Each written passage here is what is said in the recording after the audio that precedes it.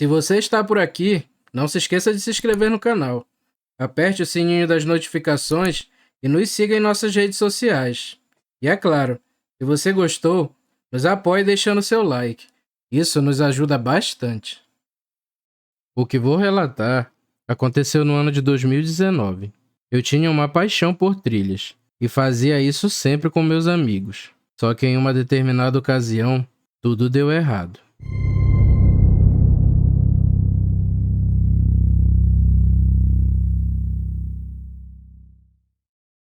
Me chamo Vinícius.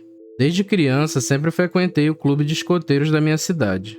E lá conheci Alexandre e Gustavo, que se tornaram os meus melhores amigos.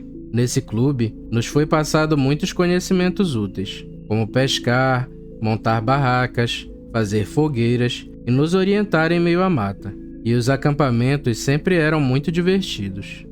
Nossa amizade perdurou pela adolescência e no início da vida adulta. Porém, quando começamos a trabalhar, acabamos nos afastando um pouco, devido ao aumento das responsabilidades. Apesar de termos seguido caminhos diferentes, uma vez ao ano nos juntávamos para fazer trilha e acampar. Íamos com nossas motos, e todo ano escolhíamos um local diferente. Nesses raros encontros, aproveitávamos para pôr o papo em dia, além de ser uma boa oportunidade para fugir da correria do dia a dia e recarregar as energias. Naquele ano eu estava numa rotina muito estressante. Pegava vários plantões no hospital onde eu trabalhava. Estava com férias acumuladas e ansioso para ter o meu descanso.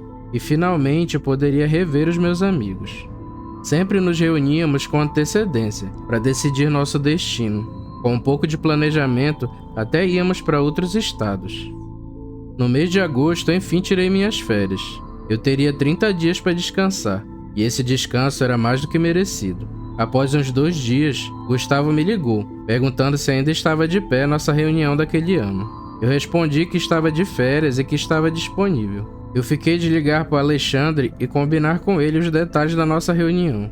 Alexandre disse que estava viajando a trabalho, mas que dentro de 3 dias retornaria e ficaria de folga. Combinamos de nos reunir um dia antes na casa do Gustavo, para acertarmos os detalhes. Na quarta-feira, eu e Alexandre fomos na casa do Gustavo. Combinamos o que cada um iria levar e Gustavo nos disse que já tinha um local em mente, de onde poderíamos ir. Ele contou que tinha encontrado uma reserva ambiental, que ficava a alguns quilômetros de uma cidade chamada Monte Dourado. Ele prosseguiu, dizendo que tinha uma plantação de eucaliptos e que lá encontraríamos cachoeiras e igarapés. Havia uma empresa que atuava na região, mas como estava inativa, aquela área agora era usada em excursões turísticas. Gustavo nos mostrou fotos do local e parecia tudo perfeito. Todos aceitamos o destino de nosso acampamento. Como teríamos folga, combinamos que nossa excursão iria durar 3 dias. Quando cheguei em casa, fiz a revisão na moto e verifiquei meus equipamentos, e já deixei tudo arrumado. No dia seguinte, bem cedo, nos encontramos e já íamos pegar a estrada. Aquela cidade não ficava muito longe de onde morávamos. Pegamos uma balsa que nos atravessou até o outro lado do rio, e assim que atravessamos, iniciamos a nossa trilha. Passamos pela cidade, que era bem pequena, e logo pegamos uma estrada de terra que nos levaria à reserva ambiental. Alguns trechos eram bem difíceis, mas como nossas motos eram específicas para motocross, conseguimos passar sem dificuldades. Depois de algumas horas, avistamos uma casa que ficava à beira da estrada, e parecia um sítio. E como estava bem conservada, com certeza haviam pessoas morando ali. Nos aproximamos e buzinamos, e em seguida apareceu um senhor na porta para nos atender. Nós perguntamos se estávamos próximos à reserva de eucaliptos. As estradas eram bem parecidas e estávamos confusos. O senhor nos cumprimentou e respondeu que sim. Pouco tempo depois, uma senhora também veio ao nosso encontro, e era a esposa dele. A senhora nos indagou perguntando o que faríamos naquele local. Dali em diante não morava mais ninguém, e o caminho era deserto. Eu expliquei que estávamos fazendo trilha de motocross, e que pretendíamos acampar nessa tal reserva. O senhor foi muito gentil e nos convidou para sentar por um momento. Nos ofereceu água e conversamos. Ele nos disse que era só seguir reto na estrada, e que logo veríamos árvores alinhadas. Não tinha como errar. Aquele casal nos fez uma oferta generosa. Eles disseram que poderíamos acampar em seu sítio, e no decorrer do dia faríamos a nossa trilha.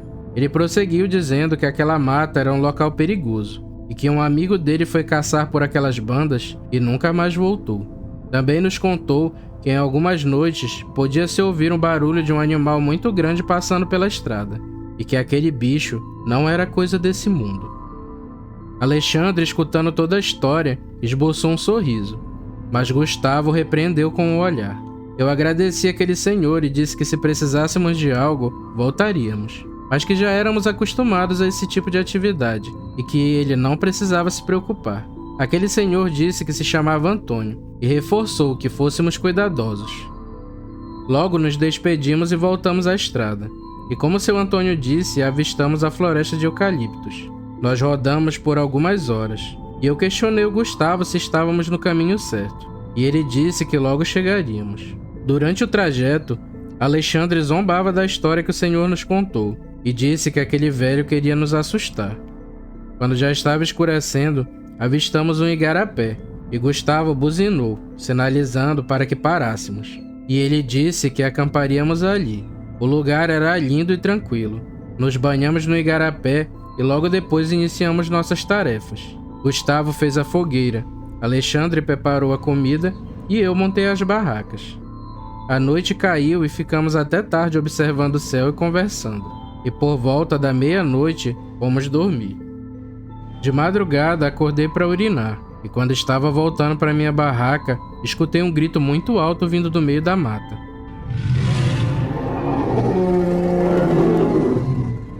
Aquele som me gelou a espinha, e confesso que fiquei com muito medo. Eu fui até as barracas dos meus amigos e os chamei, para que escutassem também.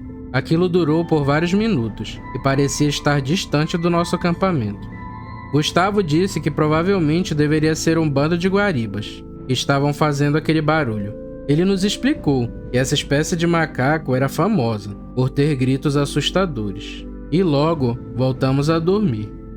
De manhã bem cedo nos levantamos e exploramos mais um pouco a região. Eu nunca me diverti tanto na vida, e Gustavo acertou em cheio a escolha do nosso acampamento, ou pelo menos era isso que eu pensava. À tarde ficamos pescando no igarapé ao lado do acampamento. Nesse igarapé haviam muitas vitórias régias, e embaixo da vegetação tinham muitos peixes. A noite se aproximava novamente. Nós jantamos e ficamos conversando. Por volta das 10 da noite, o barulho da noite anterior voltou.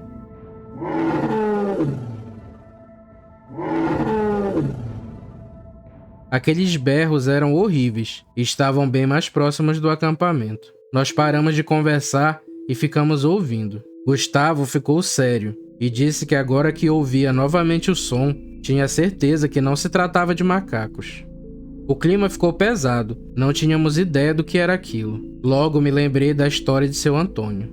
Os berros cada vez chegavam mais perto.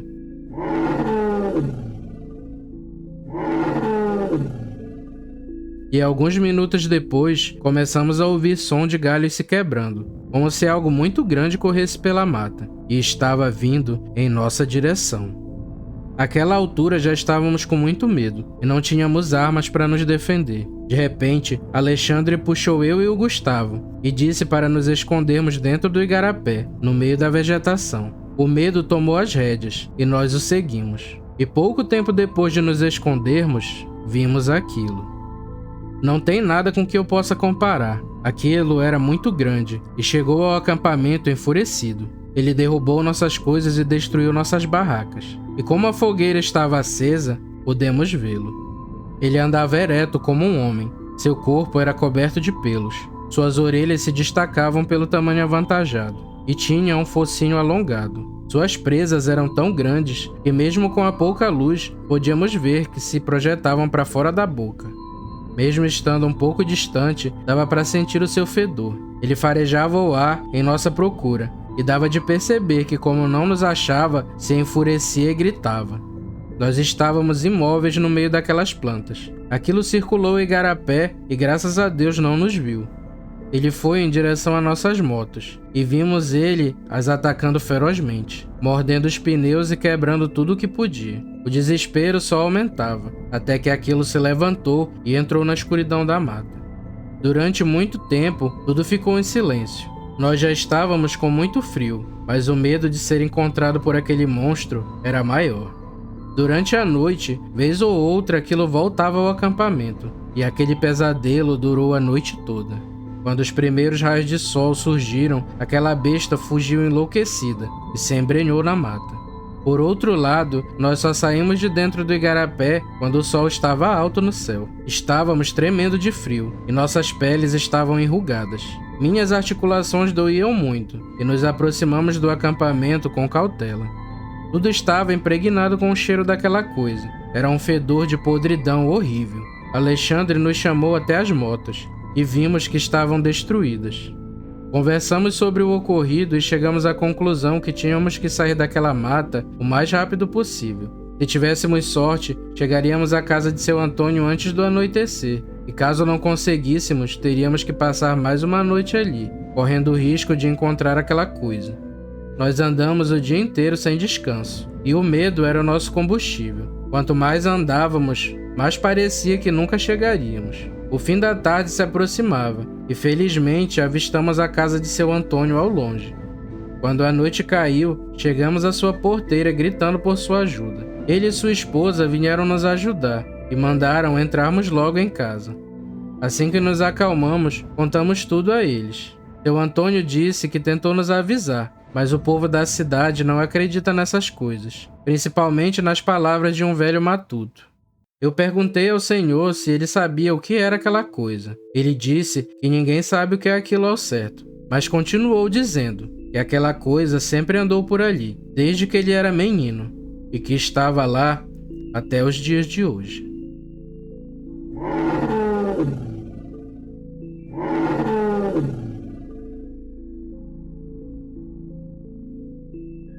Obrigado por chegar até aqui. Vou te contar um segredo. Quem se inscreve nesse canal está protegido do sobrenatural. Então deixa seu like e siga nossas redes sociais. Isso nos ajuda bastante.